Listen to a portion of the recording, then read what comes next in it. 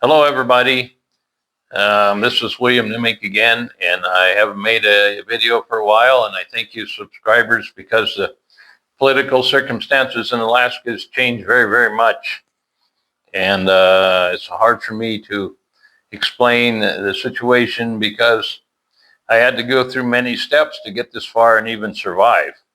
Anyway, I'm in exile, and many people in Alaska, when they've had cross-threaded with the government, they've had to leave. Alaska's government, you wouldn't believe it. It's nowhere in America that they do things like they do there. And I've been working with the governor and many people trying to get help to show how they violated the law and how they weaponized the superior court. I love the rule of law and I just love to stay home on my farm, but they wouldn't leave me alone, and they kept trying to take my farm and picking on me, and I would go back and fight back, and then I'd go back and forgive, and it got to be really, really out of control. Now, on the YouTube rules, I believe that they're not supposed to be mean to anybody in society and to be wicked toward them. And I don't want to do that. I'm a born-again Christian. But I realized the last time I was there, I met with some tribal elders and other people, and I realized after their help and more investigation that the situation and what I was placed upon was very, very evil, very wicked, and I had many, many enemies I didn't know. And they had been attacking me about 30 years, but I kept fighting and forgiving and go back to working again. And when they attacked my trucking company and my business, I just built a new business or close a business.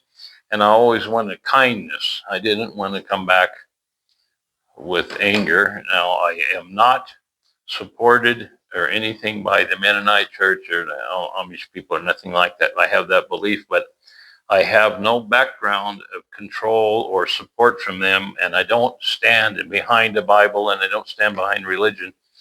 I stand in front of the Bible and I stand in front of the Lord as just a man that's a believer. And I'm going to tell you things and show you things in this video, so you'll stick with me, that you will not believe that it could happen within the United States. And I want to tell you something. This is the Alaska State Constitution. And I've been in public office in Alaska and I love my country. I'm an Army veteran. And this is my manual for how I have a heart and how I think and concentrate when I need information to grow and to learn and to survive. And I want to tell you about me in the whole movie that's going to come now. I live in Mindanao and I've had a really hard time. I was in the hospital 3 times and I never realized really the intents of my injury. But I have the Havana syndrome plus the attacks from the government against me. Now, Senator Kennedy and Donald Trump are now looking into the Havana syndrome. And the government has hurt me. Now, wait a minute. I don't know the truth about who it is.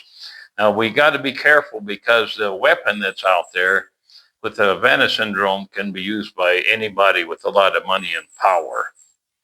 And I don't want to be critical when I go against things that's happening in government. All the people in the government are not bad. All the people in law enforcement are not. Some of my best friends retired, and some of them have passed on to law enforcement.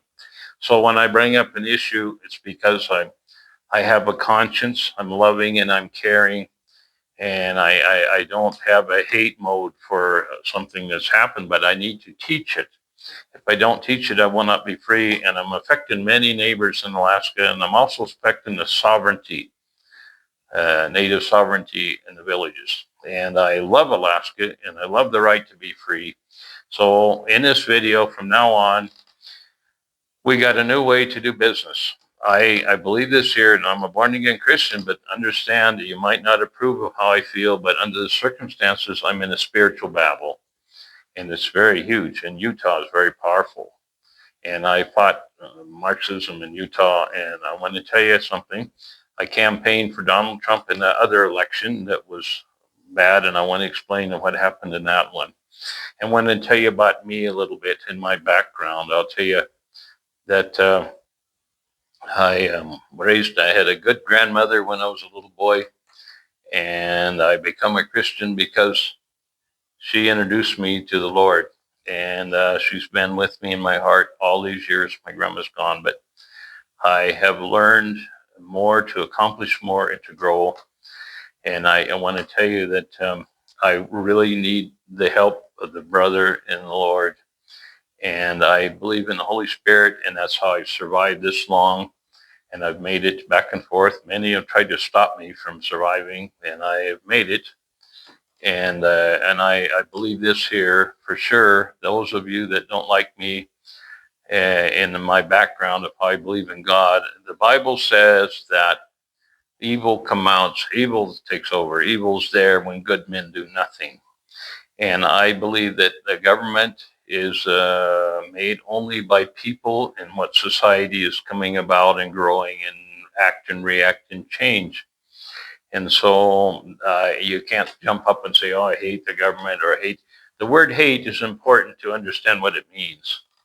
And if you narrow yourself down into hating, you'll be like the zealots in the Bible, and you'll be closed in a box. Well, you got to love thy enemy.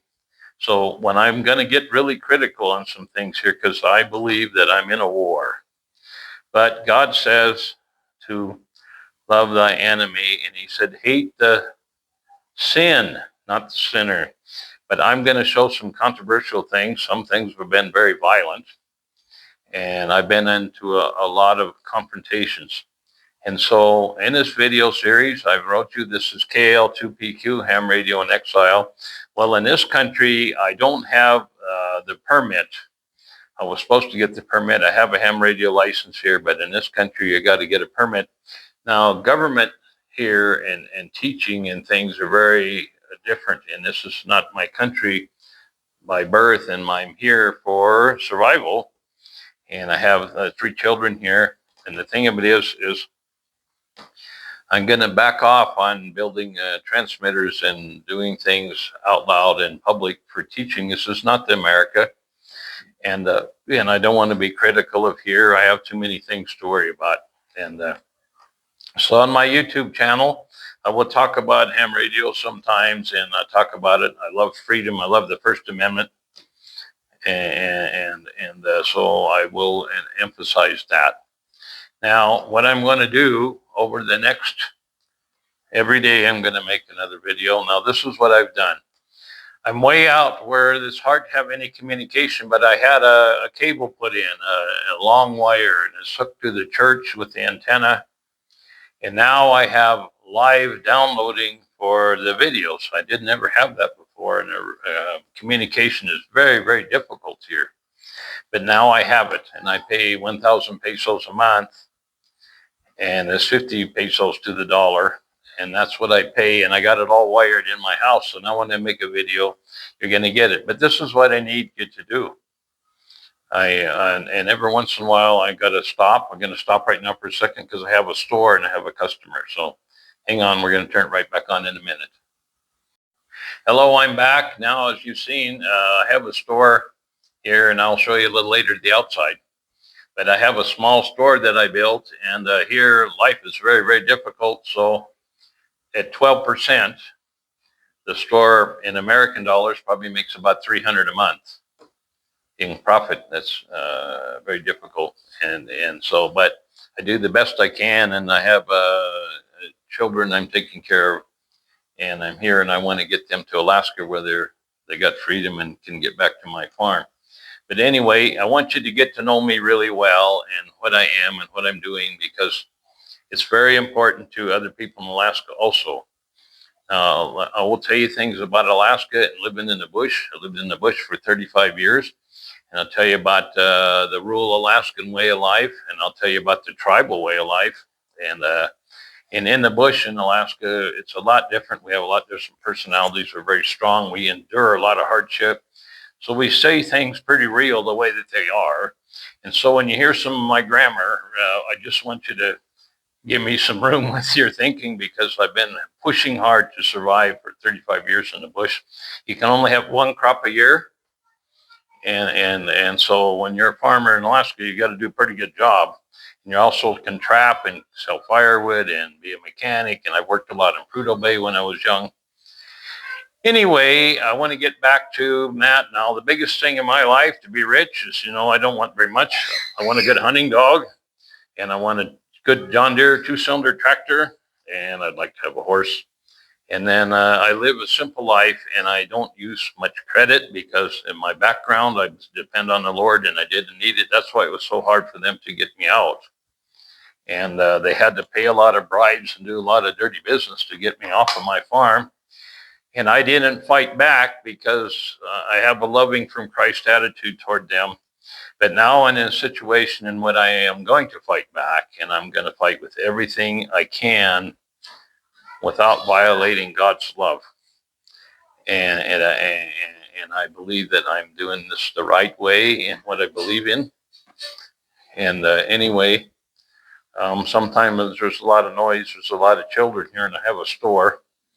And anyway, this is a real life thing, so there'll be some interruptions sometimes.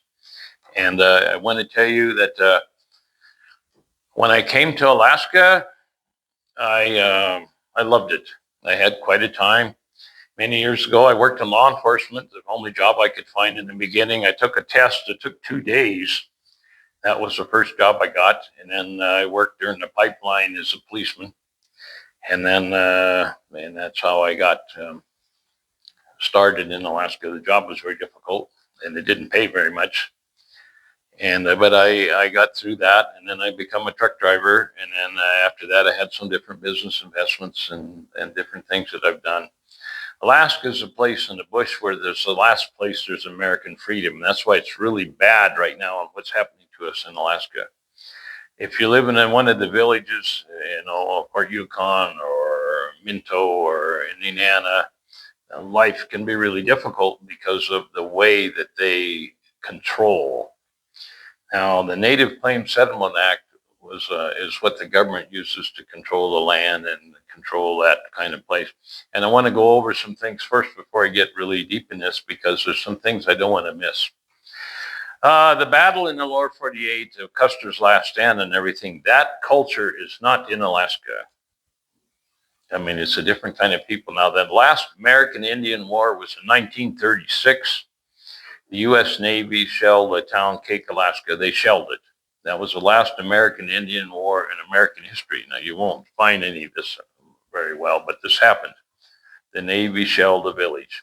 And that's the last American Indian War there was. Now, the peaceable people, the Wet'suwet'en and the Athabascan nature in their culture is nonviolent. And being a Mennonite background and with them too, I get along really well because I was comfortable there, and I had many friends quick, and I understand things. Now, I'm not expert. Now, I want to tell you something.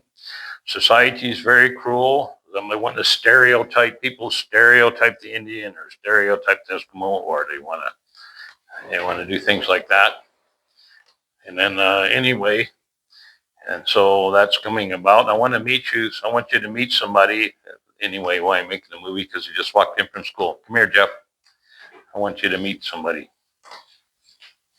Anyway, this is my big boy, Jeff. And he's, anyway, I want to get him to Alaska with me. But anyway, I want to tell you about him. He wants to be a farmer in Alaska and go hunting, bear hunting with me. So we're going to try to make life work. But I want you to meet him because he just came in from school, in the store from school. And anyway, so this is Jeff. And I'm pretty proud of him. Yeah, I do. Okay, you can go. I just want to put you in a movie. Okay, so now I'm back to what I was doing. Ham radio. I want to tell you about my opinion in me, and so you can kind of think to judge me if you want to keep watching this channel, because I need you bad. I love the YouTube. Vice Grip Garage is tremendous. There's a woman now, Blondie something, that she teaches machinists. I build my own parts. This woman is so smart, and she runs many machines. On my farm, when I took my farm, I had a milling machine and a lathe, and I made all my own parts, and I did a lot of things like that. And then I'm a self-made man, and I never used credit very much because of my faith in God. I didn't want to owe, and I build everything mostly with my hands, and it took them a long time to take it away. They had to get people to betray me with bribes before they could get me out. But what I had done and why this come about was the government moved into the bush and wanted to control and build in areas called boroughs, or kind of like a county. Well, they're violating everybody's rights, so I stood up and I fought it, and then it got me 2 terms of public office. And then they got really violent and really mean, and it got way out of control, and they damaged my family a lot. And I fought them, but I only fought them by knowing the law and knowing the Constitution. And it drove them pretty wild because they didn't understand that the Constitution can be worked as the law, because the Constitution is not just a law. The Constitution is a spiritual power. It's a power of freedom in Christ. And if you understand the law, then it's a lot different. You know, there's many bad things in American history that happened under the law, but I'm going to tell you that I see Christ in the law. I don't see government as being bad. I see bad people in government. And I'm going to tell you some stories about Donald Trump when I campaigned for him in the last election, and some really wild things that's happened and a lot of violent ideas. But I want you to stick with me in this channel, and I want to tell you what I have. I have a 160-acre farm and 80 miles south of Indiana. South of Fairbanks, and 30 miles south of Indiana. And then when they started attacking me, I didn't really know what was happening. It got worse and worse and worse, and my family got onto a lot of suppression. This was a few years ago now. I've been fighting quite a while. And anyway, the lower line of this is this for the title of my farm. There's 7 years statute of limitations. They have broken the law over and over and over, but this is how I'm caught, and this is why I'm here. The Alaska Superior Court in Alaska doesn't run like other states. They have absolute power. And when you go against them, you don't have any rights. They had me on a thing called a conflict of interest list where I couldn't have an attorney. And I got all of this to federal court, to the U.S. District Attorney. And the U.S. District Attorney was, of course, a Marxist appointed by Biden. And he said, Mr. Nemec, no matter what happens here, no matter what violations you see in the law, I will never help you. He said that out loud, and I couldn't believe it.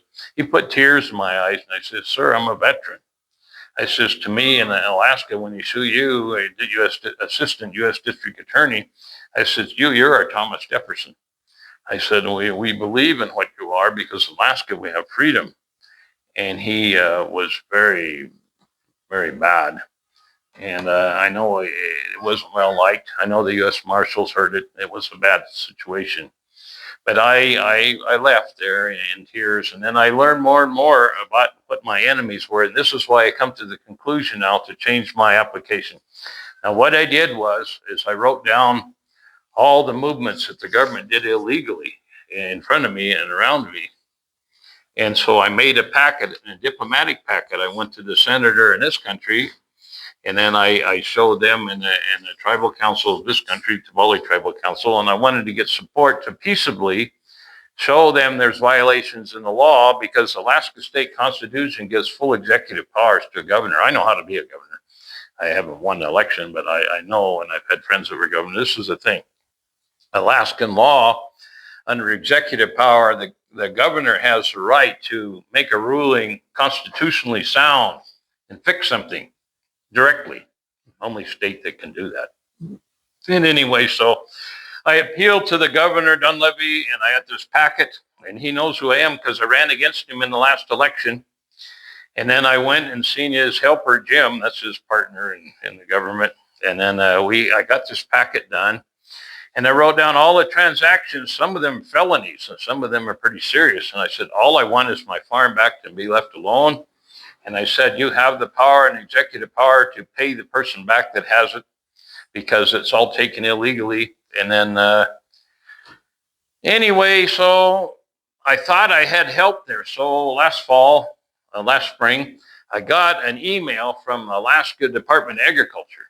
And I thought, oh, they're going to listen to me. So I went and I met with them, and it was nothing like I thought. They were trying to contain me and control me because I produced this packet.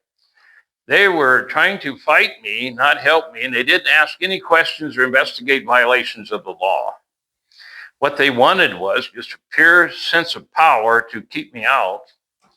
And I couldn't believe it. So when I started looking to the background of the Department of Agriculture and the new director of Department of Agriculture, here he's another Utah politician. And then I'm finding out a whole chain of them all through the chain of command. So I couldn't believe it. I knew that I'd been fighting this social group a long time because I went to college in Utah, and when they committed a murder, I left. And I came here. I'm not from there, but I was a sergeant in the Army. Anyway, I got out of the Army and I was going to school on a GI Bill. And I'm going to be honest with you, the beginning of this fight I didn't know existed until I looked back in my back history. But when I was going to college many years ago, there was a farmer named John Singer, and I was on the dean's list. I was an A student, and I was in there. And anyway, this farmer, John Singer, he's a strong believer in their religious system. And he got into argument with them. And I'll explain the argument was. This was a long time ago, but this has got me started in a roll downhill that I didn't know until later by looking in my history how it came from. But what happened was this John Singer is a member of their organization. And what they said to him was that black people, the belief in this religious political system in Utah was that black people were going to come on the earth black in their spirit because they were bad. And then they kept changing it because the federal government was dancing with them anyway. So what happened was this leader of their people, Spencer Kimball, I've heard him talk. I've seen him before. Anyway, he said that they have a new revelation from God, and now the black people are accepted in the church. Well, this man, John Singer, he says, well, if the church is true, you can't change the rules because somebody put you under pressure or anything. Either we got the truth or not. He says, I don't think you're right. So he got into a fight with them. He was a big church leader in their organization. And so what happened was, now I'm reviewing many years ago because I didn't realize at the time that this was a background foundation of many years of trouble for me. But anyway, so what happened is John Singer says, no, I'm not going to go along with that. You're wrong. And he goes in the front of the media and the press and he tears them up. And then he gets under a lot of pressure. So he tells all the media and everything, I'm not leaving my farm anymore. I'm going to stay here. I'm not going to go. And he said, I don't want any trouble. So he wouldn't leave the farm. But he was getting our organization in a lot of trouble with the federal government. And he was affecting their popularity, what they look like. So he became their enemy. So anyway, this is what happened. And I found this out when I go into college. I didn't know him at the time. I'm a veteran, and I was a little hot-headed because I got out of the service. I wanted to stay in with a career, but they did some things in Congress, and I ETS'd out, and I didn't stay in. But I was going to go stay in the Army, so I had an attitude anyway. And anyway, so then what happens is I'm going to the college ward and have a big meeting and fancy tables, this like a skull and crossbones at Harvard, but this is what they call it in Weber State. Anyway, in this meeting, they're bragging that they got rid of this man.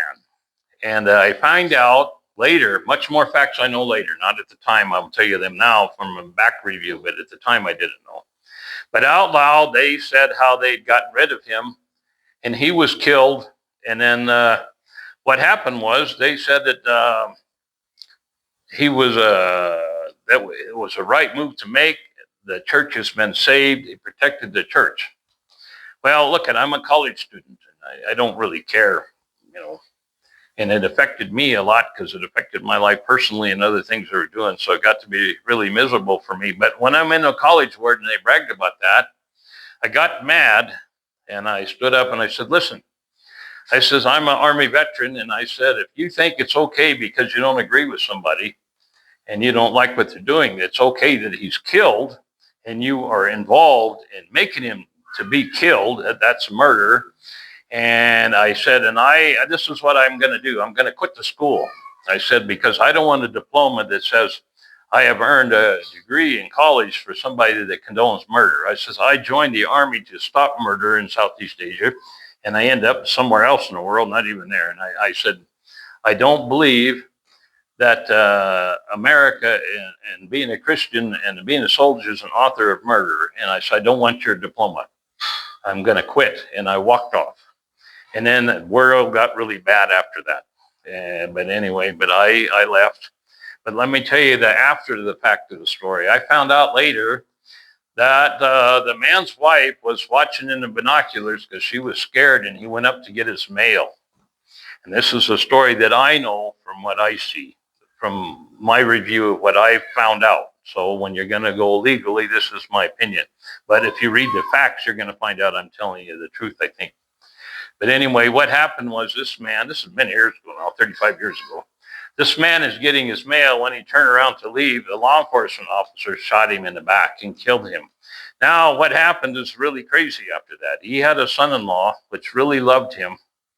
And then he got mad, and he got a case of dynamite, and he went to their meeting place, and he blew it all apart. Nothing left. He made sure nobody was there.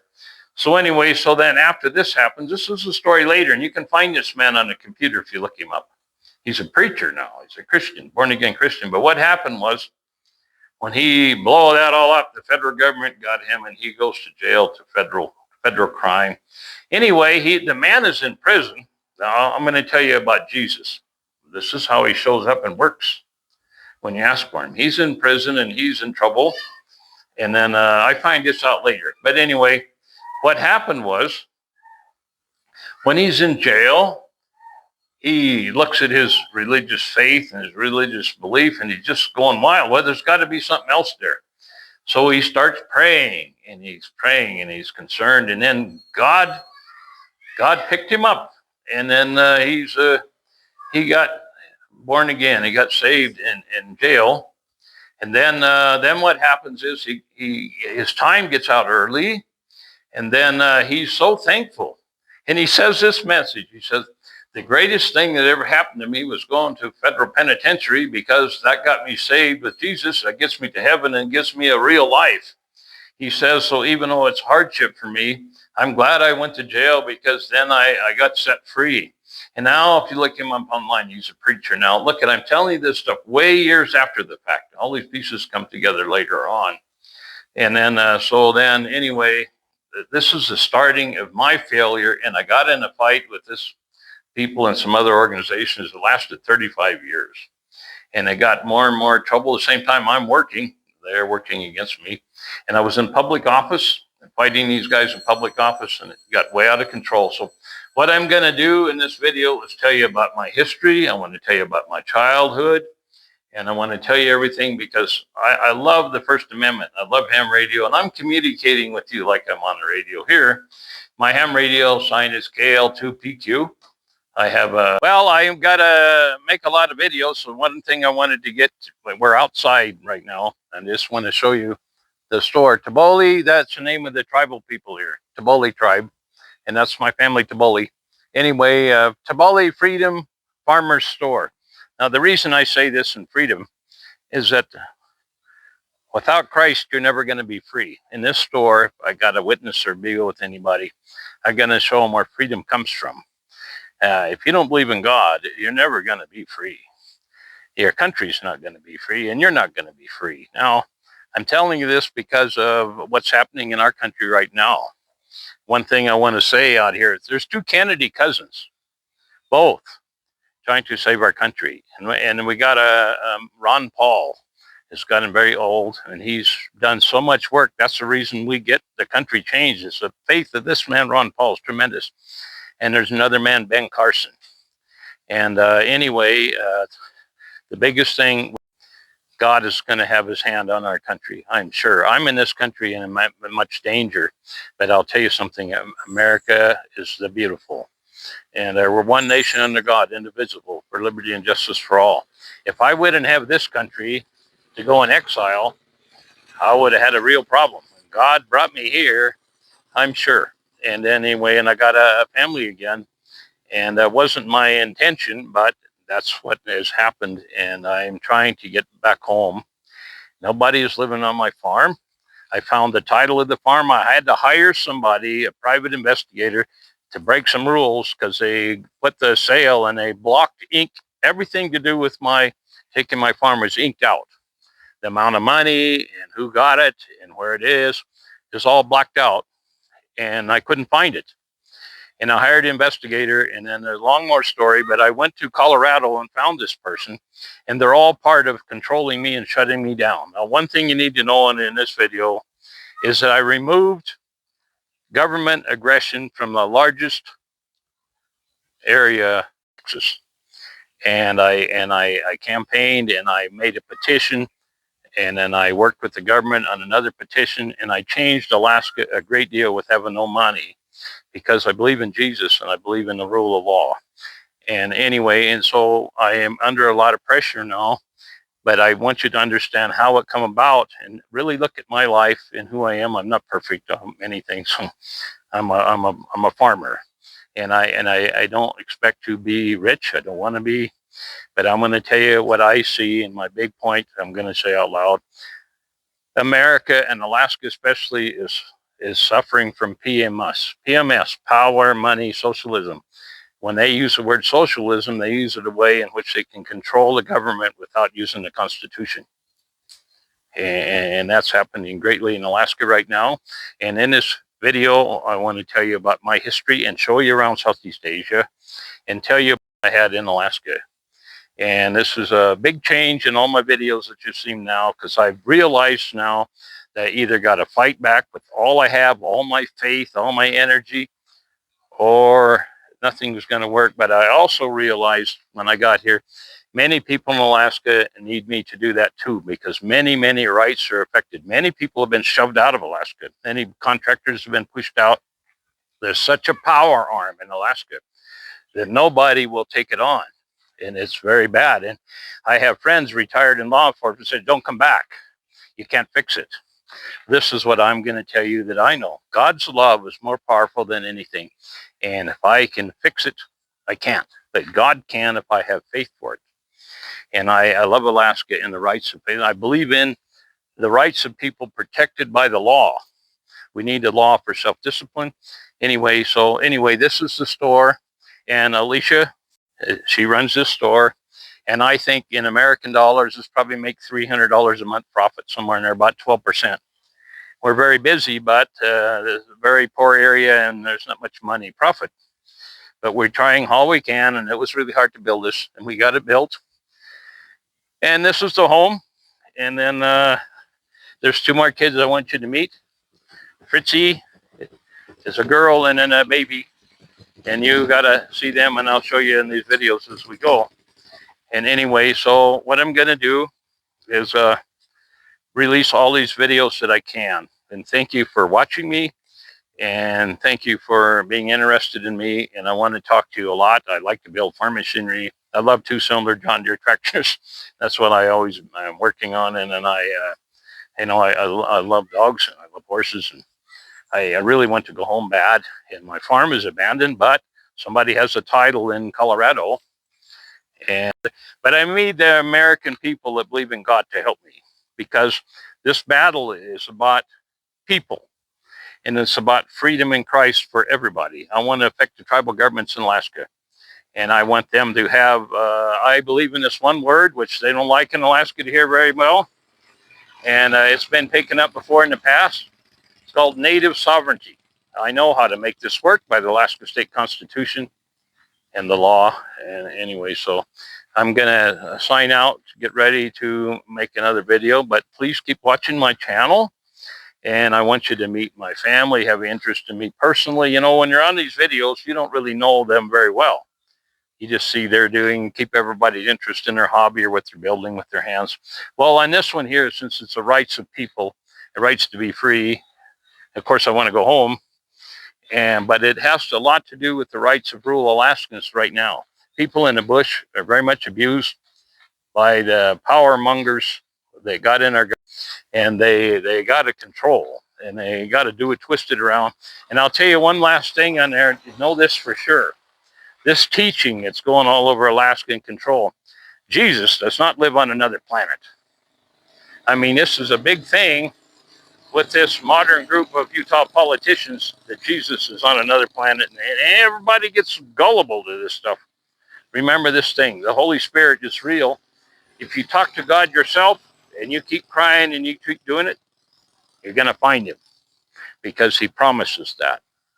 And you don't need any organization or any kind of a background of nothing. All you got to do is take this heart you got and be honest as you can and talk to him. Anyway, I'm going to get off this video, and then we'll make another one. Thank you very much for your time. And then God bless you, and please keep watching my videos. They're going to get very interesting in the future. I'm going to talk about many things, even when I was raised, many things that I have to go through. I want you to get to know me, because it's the only way that I'm going to be able to help anybody else. And so God bless, and see you later.